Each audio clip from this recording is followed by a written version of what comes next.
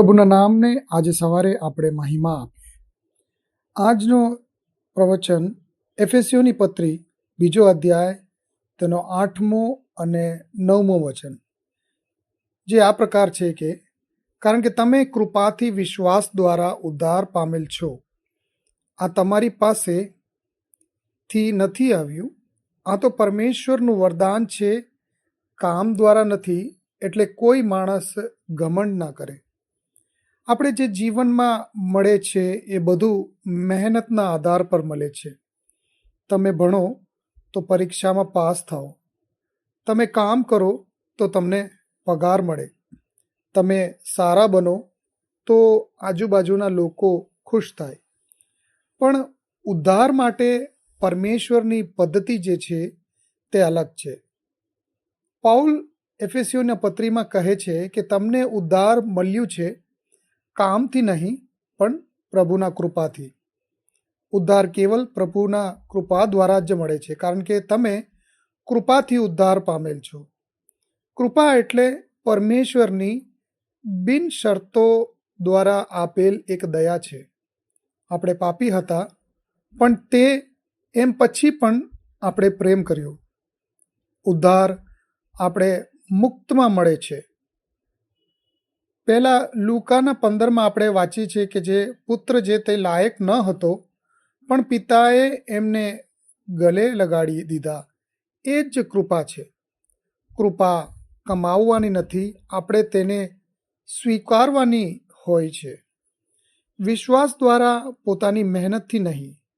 વિશ્વાસ દ્વારા, આ તમારી પાસેથી નથી. વિશ્વાસ એટલે યેશુના ક્રૂસે કર્યું છે એ ઉપર ભરોસો કરવો. ઉદ્ધાર પોતાની શક્તિથી નહીં, યેશુના બલિદાનથી મળે છે.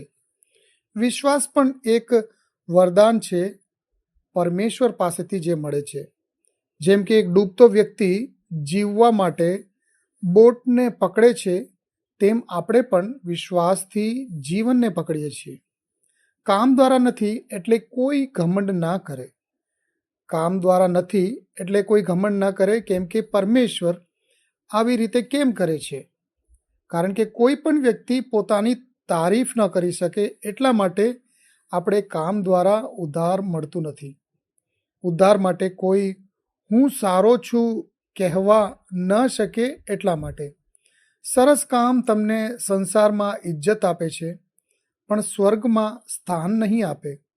ઉદ્ધારમાં બધા જ વ્યક્તિઓ સમાન છે, તો પછી ગરીબ હોય કે ધનવાન.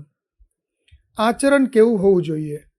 આપણે આવી સત્ય સંબંધ સાંભળીને શું કરવું જોઈએ? કૃપામાં આપણે આરામ કરવું જોઈએ. પ્રયાસ કરવાની ભૂલ આપણે કદી પણ કરવી ન જોઈએ. યેશુના કાર્ય પર હંમેશા વિશ્વાસ રાખવો જોઈએ. કૃપાના એક ભાવથી આપણે જીવવું જોઈએ. કામ ઉદ્ધારનો કારણ નથી, પરિણામ છે. આપણે સેવા કરીએ છીએ ઉદ્ધાર માટે નહીં, કૃપા માટે. આ શુભ સમાચાર વિસ્તારિત રીતે ઘણાને આપણે કહેવું જોઈએ. ઘણીવાર લોકો સમજે છે કે સારા બનીએ તો પરમેશ્વર પ્રેમ કરશે, પણ એવું નથી. આ સંદેશ લોકોને મુક્તિ અને આશા આપે છે. મિત્રો, તમને ઉદ્ધાર મળ્યું છે કૃપાથી, વિશ્વાસ દ્વારા. ના તો તમે જેવડા ઉપવાસ કર્યો એટલે નહીં, ના તો તમે જેટલા પ્રાર્થના કરી એટલે નહીં, પણ કેવલ યેશુના બલિદાનને સ્વીકારી એટલા માટે તમને ઉદ્ધાર મળ્યો અને પ્રભુનું કૃપા તમારી ઉપર આવ્યું. આપણું જીવન એમની કૃપાનો જીવતો સબૂત બનીએ અને હંમેશા આપણે યાદ રાખીએ કે પ્રભુએ આપણે બચાવ્યો છે. તમને આ વચનોથી પરમેશ્વર આશીર્વાદ આપે. આમેન.